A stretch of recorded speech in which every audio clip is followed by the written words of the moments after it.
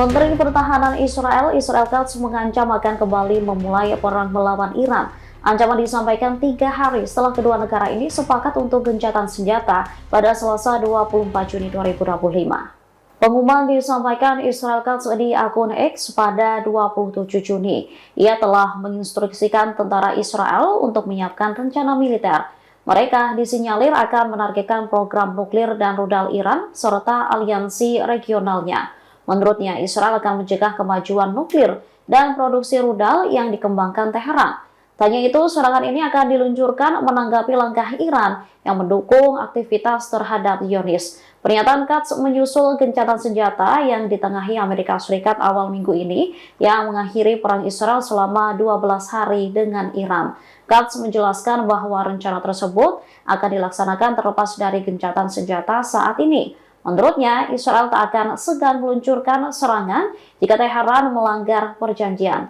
Ia menekankan bahwa Tel Aviv tidak akan meminta persetujuan Amerika Serikat untuk tindakan tersebut.